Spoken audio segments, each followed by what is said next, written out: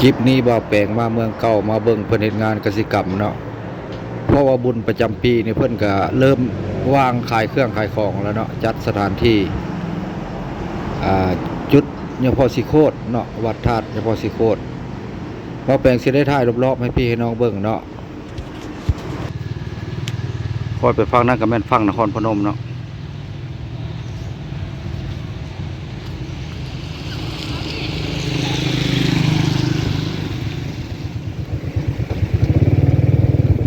เพิ่นกำลังกะเกียมแปลงห้านแปลงห่อเนาะปีนี้นี่สมควรเนาะพี่น้องบ่อห้านเป็นแถวเอาแปลงสิพาเลาะเบิ่งเดินปีนี้นี่แน่นอนเนาะสินค้านะเพิ่นกำลังเตรียมสถานที่วางสินค้าวางเป็นการแสดงสินค้าหรือว่าส้นเผาแต่ละส้นเผาเนาะ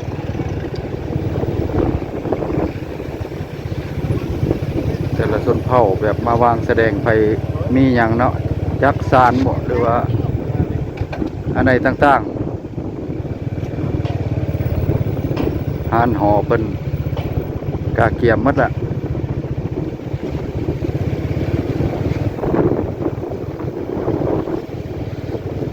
เต็มมัดแล้วเด้อพี่น้องเด้อมาเบิ่งเด้อ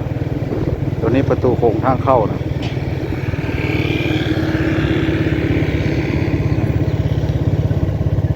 ใส่ไม้ประตูโค้งใส่ได้โดยไม้เหี้ยเนาะ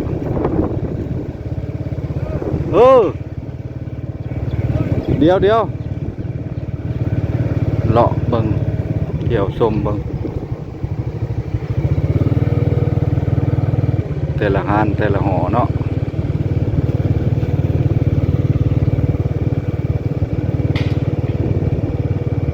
สินค้าทุกชนิดเพิ่นจะวางกันแล้วจับจองเนาะบางท่านก็ยังบ่ฮู้เนาะว่าสิเพิ่นอันนั้นเพิ่นเริ่มขายเครื่องแล้วเด้อพี่น้อง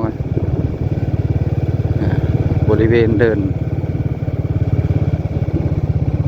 พระธาตุสิโคตร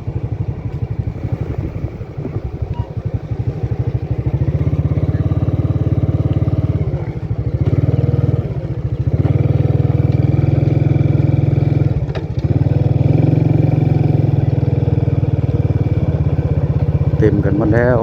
นี่ธาตุเมืองเก่าหรือว่าธาตุเนี่ยพอสิโคตรแข่งขมวนพี่น้องบุญประจำปีนี้นี่ถือว่าคึกคืนกว่าปีกายเนาะอันนี้ซีเมนต์อย่างเนาะยังบ่ฮู้เพิ่นสิมีการวางสายหนังบ่สายอย่างเนาะการแสดงว่าซะเนาะ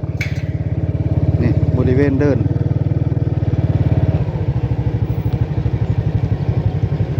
ประตูโค้งก็เฮ็ดด้วยไม้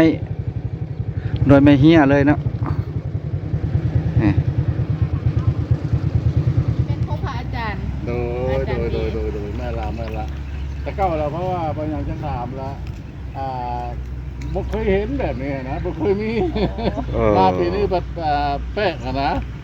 กันได้ยินเยอะเพิ่นว่าปีนี้คือบางเทื่อ FC เพิ่นอยากฮู้แต่งานหยังอ่ะนะแต่ผู้บ่ได้มาก็มีผู้เพิ่นอยู่ต่างประเทศอยู่ต่างประเทศพุ่นแหละคิดว่า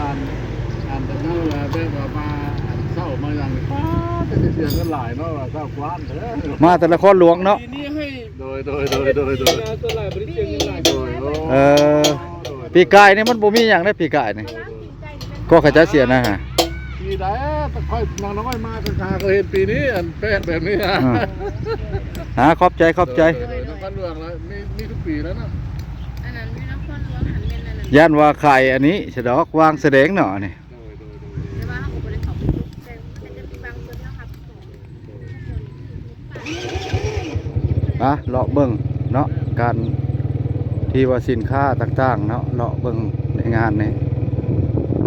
สิผ้าเลาะเบิ่งบันเดินนี่แหละก่อนว่ามีอย่างแน่เนาะตัววัดแล้วยังบ่มีอย่างเนาะมีแต่ด้านนอกเพิ่นผู้มาขายเครื่องปีนี้แต่ว่าบ่คือปีก่อนเนาะเพราะว่าเพิ่นสิบ่ได้เอาค่าเช่าแพงเนาะ แล้วก็การวางแสดงบ่อนไปสัมภาษณ์ที่นี่คือว่าเพิ่นก็ให้เฮ็ดลาเนาะแต่ว่ายังสิมาถ่ายให้เบิ่งใหม่เนาะที่ว่าเพิ่นยังบ่สำเร็จเนาะสิถามรายละเอียดก่อนเนาะว่าเพิ่นสิเฮ็ดหยังแท้เนาะปีนี้ค่าเช่าเนี่ยบ่แพงปานใดเพิ่นว่าอันนี้ก็แม่นสไลเดอร์เนาะหรือว่ารถถังรถหยังเนาะเครื่องลิ้นของเด็กๆขนาดเนาะพี่น้องแต่ว่าเพิ่นมาจากนครหลวงเวียงจันทน์เนาะร้านอาหารก็เต็มแล้วเนาะเริ่มจับสถานที่ปีนี้ค่าเช่าในบ่แพงปานใดเนาะแต่ว่างานปีนี้ถือว่าสมควรเลยพี่น้อง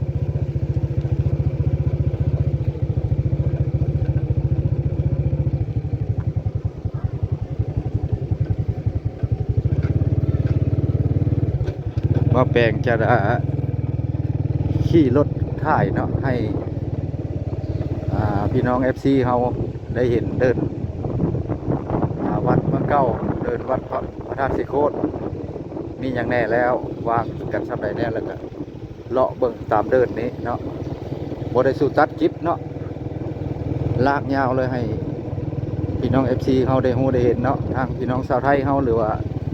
อยู่ต่างแดนเนาะทางต่างประเทศงานประจำปีแข่งขมวนเฮาก็คือวัดพระธาตุสิโคตรตะบองที่ว่าคำสืบทอดกันมาแต่พ่อแต่แม่เนาะมันผลละเอียดแต่ละมือแล้วเบาแปลกสิได้อัปเดตลงทุกวันเนาะตัวนี้ทางออกไปทะเดือ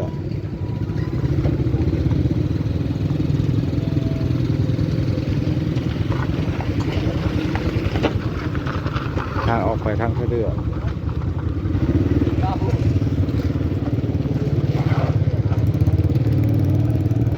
ถ้าว่าฮอดมืองานแท้กับเฮาถ่ายก็สิว่าโบเห็นคักอันนี้ถ่ายรอบๆเบิ่งว่าในงานในเพิ่นลงแล้วบ่เนาะเป็นแบบใดปีนี้เฮ็ดแบบใดจัดแบบใดเฮาต้องได้ถ่ายให้ทางพี่น้อง FC เฮารับรู้เนาะเห็นผู้ติดตามชมคลิปผู้ติดตามของเบาแปลงมานาเนาะติดตามเก่าติดตามใหม่ภาคเขาเป็นกำลังใจในเด้อพอได้เฮ็ดคลิปต่อไปพี่น้องเฮาเนาะเบาแปลงก็บรรยายบ่เก่งปานใดเนาะฝากถึง FC เข้ามาติดตามไว้เพราะเป็นกำลังใจเฮ็ดคลิปต่อไปพี่น้องมาเดินพระธาตุสีโคตรตะบองเฮามาถ่ายภาพบรรยากาศให้เบิ่งในมื้อนี้เนาะก็เป็นบรรยากาศตอนแรงผู้พระธาตุสีโคตรตะบองเนาะหรือว่าชาวลาวเฮาอยู่ต่างประเทศหรือว่าอยู่ต่างแดนเนาะหากเข้ามาเป็นกำลังใจเมื่อสุขุนคลิปนี้ก็บ่มีอย่างหลวงหลายเนาะมาถ่ายให้เบิ่งคลิปหน้าคลิปในไปพบพอกันใหม่พี่น้องไปก็เด้อมาสุขุนเนาะ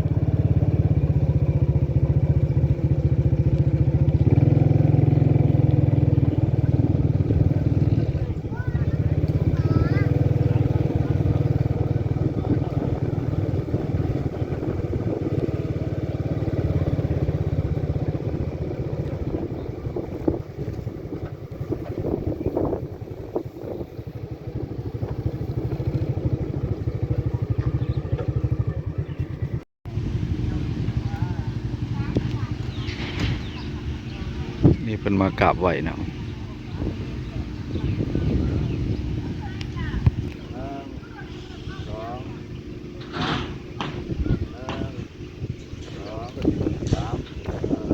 เห็นมัดโตแล้วบ่